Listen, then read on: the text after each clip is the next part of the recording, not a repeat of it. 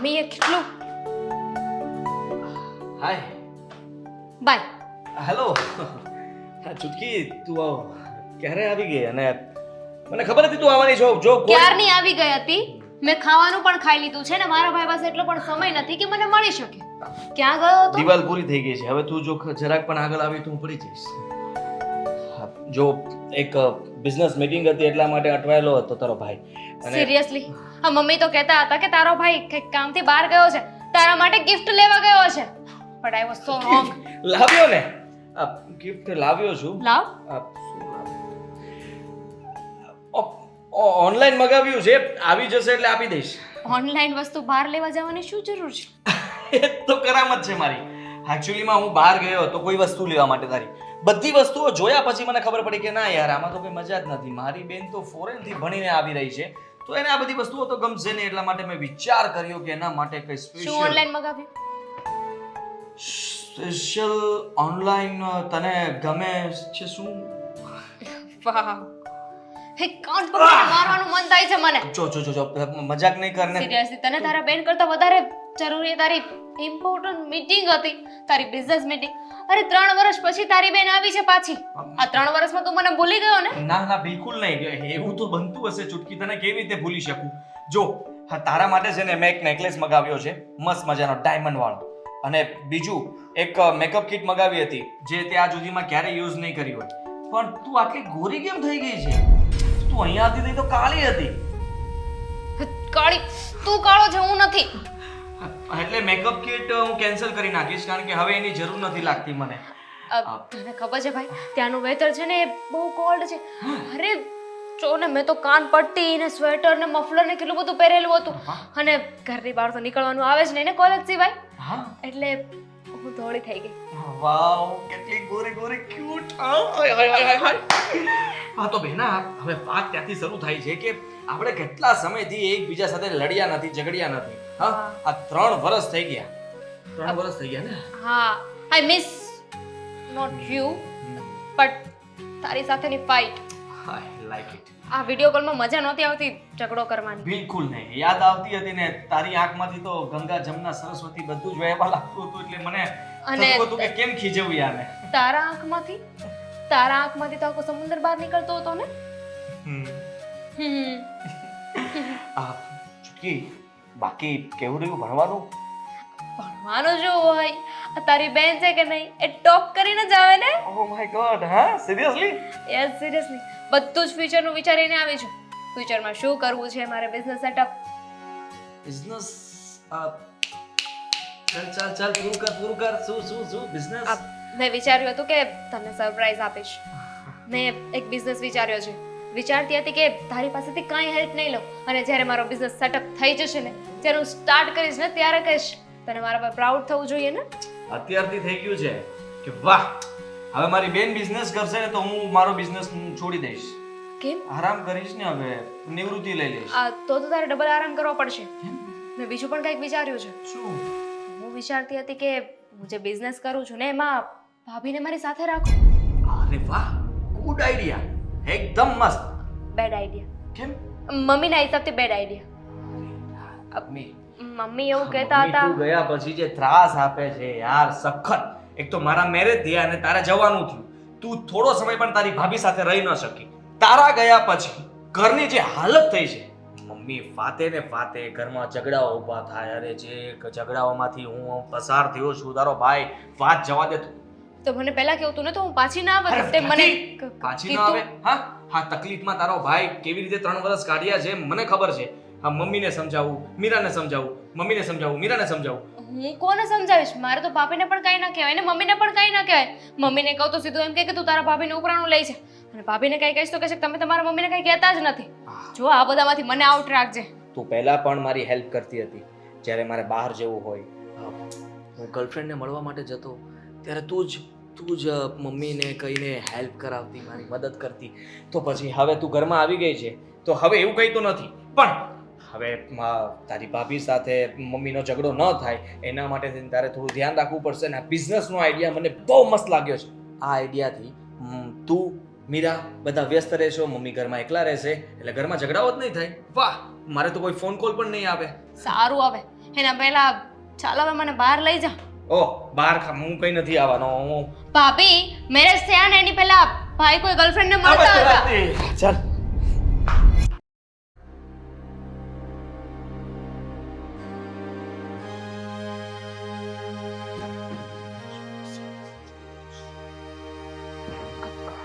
આવી ગયા તમે? આવી ગયો હું ક્યારની રાહ જોતી હતી. ક્યાં હતા? અરે આ દામિની બહાર લઈ ગઈ હતી ઘરે તો આવી જ ગયો હતો.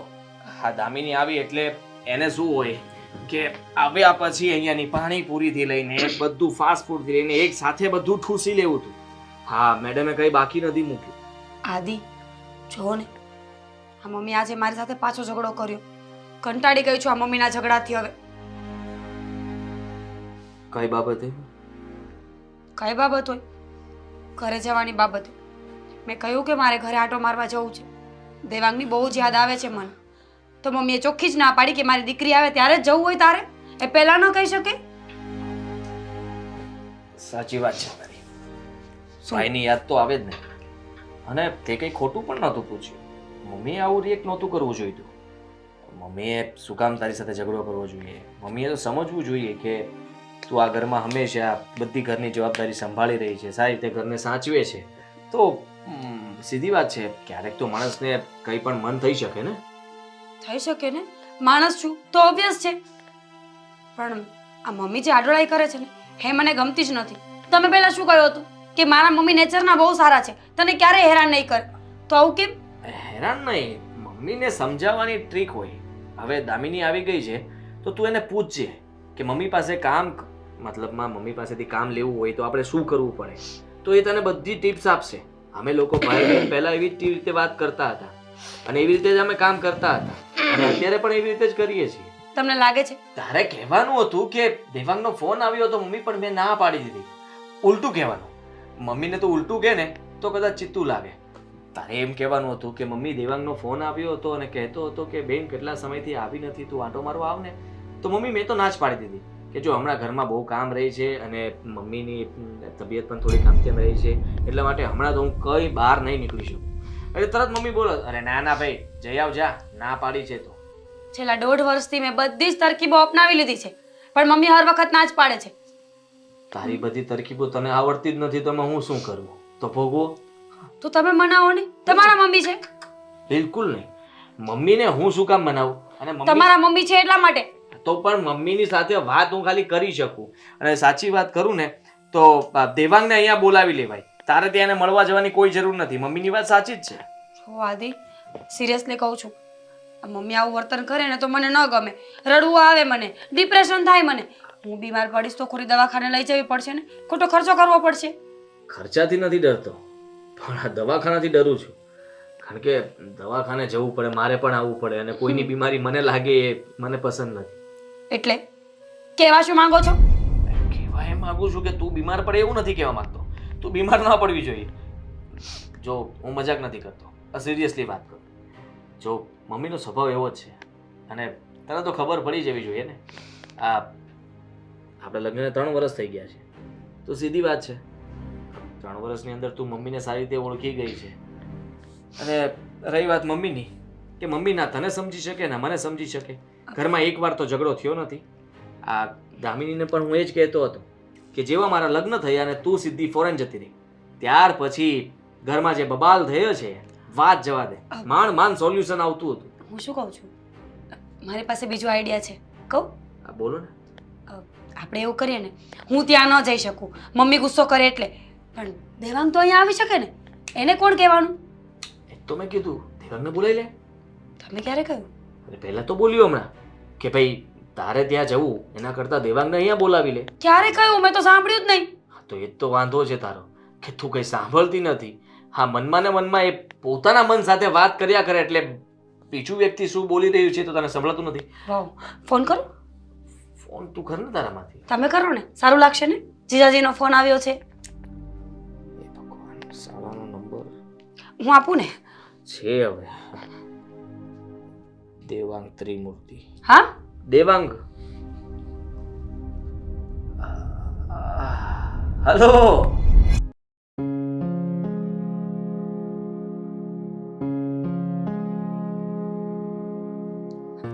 સવારનો ફોન કર્યો છે, હજુ ના આવ્યો. શું કામ રાહ જોડાવતો હશે મારી પાસે? અરે આવી ગયો છું. ભાઈ, કેમ છે બેન તું? મજામાં. તને કેમ છે? બસ હા, તારા આશીર્વાદ અમારા લોકોની સાથે છે, પછી મને શું થવાનું છે? કેટલો ટાઈમ થઈ ગયો, તું આવતો જ નહોતો. પછી છેલ્લે મારે ફોન કરાવવો પડે આદિત્ય પાસે કે હવે તો એને અહીંયા બોલાવો. માની લઈએ કે હું તને ફોન નહોતો કરતો, પણ તું તો મને ફોન કરી શકતી હતી ને. તું તો મળવા આવી શકતી હતી ને પિયર, પણ કેમ ના આવી? કારણ કે મારા સાસુનો સ્વભાવ તને ખબર તો છે ને, કે મારા સાસુને નાની નાની વાતમાં ગુસ્સો આવી જાય. એમની પાસે કઈ વાત કરવા જવી હોય ને તો ધ્યાન રાખવું પડે, બુલેટ પ્રૂફ થઈને જવું પડે. ક્યારે કઈ ગન મારે ને કઈ નક્કી નહીં. ખબર છે, પહેલેથી જ એવા છે. પણ જીજાજી સાથે વાતચીત કરી લેવાય ને. જીજાજી સમજાવી દે તો પછી શું વાંધો છે? અરે દેવાંગ, એકચ્યુઅલીમાં એવું છે ને કે મારા નણંદ 3 વર્ષ પછી પાછા આવ્યા છે. એ ફોરેન ભણવા ગયા હતા ને. દામિની? યસ. હે જ ને? હા, ફોરેનથી પાછી આવતી રહી? આવી ગયા છે. કેમ? ત્યાં સેટ થવાની વાત હતી કે ત્યાં જ ભણવાના છે અને ત્યાં જ સેટ થવાના છે. ના મેળ આવ્યો? દૂર જઈએ ને પછી આપણા દેશની, આપણા ઘરની, આપણી સંસ્કૃતિની અને મા બાપની બધી જ કદર થઈ જાય.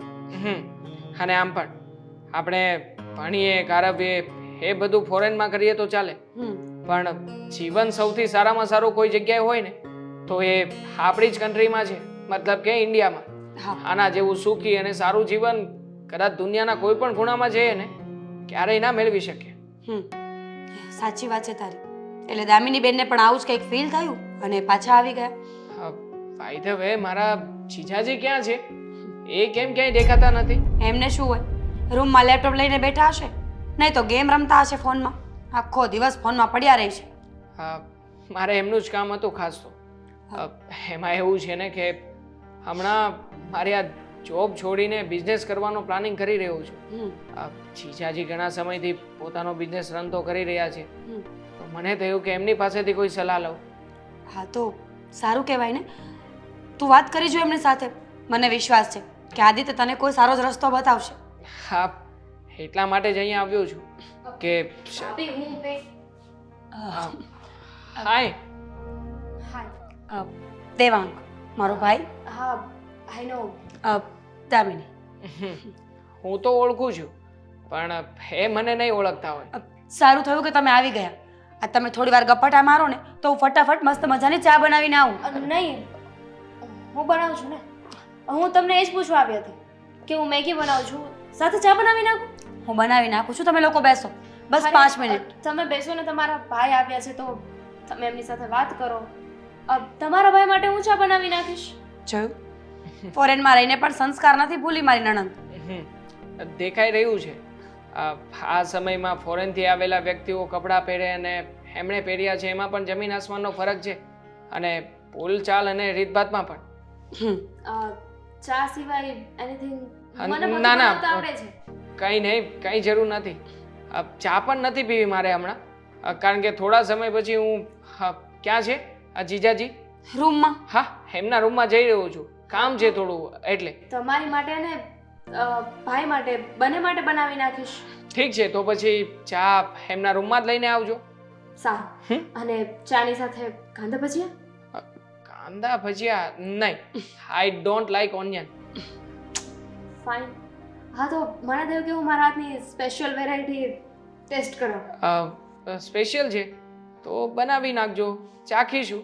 એમાં શું થઈ ગયું? આમ પણ હા, મારી બેન છે ને, આ ઘણી બધી વખત જ્યારે આ બધી વસ્તુઓ બનાવતા શીખતી ને ત્યારે બધી ટ્રાય મારી ઉપર જ કરતી, નહીં? હા, પણ હું ટ્રાય નહીં કરું, મને આવડે છે. કારણ કે તમે બધી ટ્રાય તમારા ભાઈ ઉપર પહેલા કરી લીધી હોય ને. ભાભી, તમારા માટે કઈ? કઈ જ નહીં. હું આવું છું. સારું.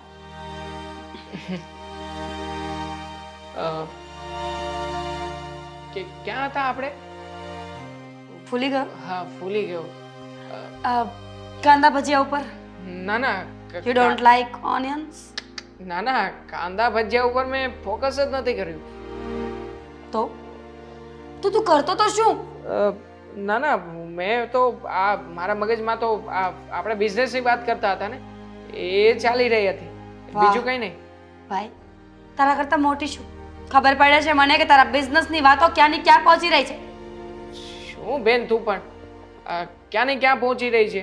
હા, હાજી પણ આ તારો ગુસ્સો એવો ને એવો રહ્યો. ગુસ્સો? અને એમ પણ આ તારો ગુસ્સો જે નાક ઉપર આવે છે ને, વાહ, ખરેખર પહેલા પણ સારી લાગતી હતી ને હજી પણ સારી જ લાગે છે. કેટલા મસ્કા મારીશ હવે. તારા મગજમાં જે ચાલી રહ્યું છે ને એને ત્યાં ને ત્યાં રાખ. જીજાજી ક્યાં રૂમમાં જ છે ને? જો દેવાંગ, આટલા મોટા ઘરમાં મને નથી ખબર કે એ ક્યાં હશે, પણ છે ઘરમાં એ ફાઇનલ. તું અવાજ કર ને એટલે આવી જશે. તો મારો અવાજ સાંભળીને આવી ગયા હોવા જોઈએ. એમને પણ ખબર પડતી હશે ને કે બહાર કોઈ આવ્યું છે મહેમાન. 3 માળનું ઘર છે. અમારા ઘરમાં ઘણી બધી હેન્ડ્સ ફ્રી પણ છે, કદાચ કાનમાં નાખી હોય તો. હા, શોખ છે જીજાજીને. આમ પણ ફોન તો ક્યારેય ઉપાડતા નથી. ખબર નથી કે આ ફોન શું કામ રાખ્યો છે એમણે પાસે. કોઈ દિવસ મારો ફોન નથી ઉપાડ્યો. કેટલું કોશિશ બિચારા મારા ઘરવાળાને. જાને ભાઈ વાત કરી લેને. હા, જાઉં છું. અને તું જા અને જઈને રસોડામાં હેલ્પ કરાવ. જા. ખાંડા ભજીયા બનાવ. હા, ફોરેન ફ્લેવરના ના બનાવે, જોજે. હા, જીજાજી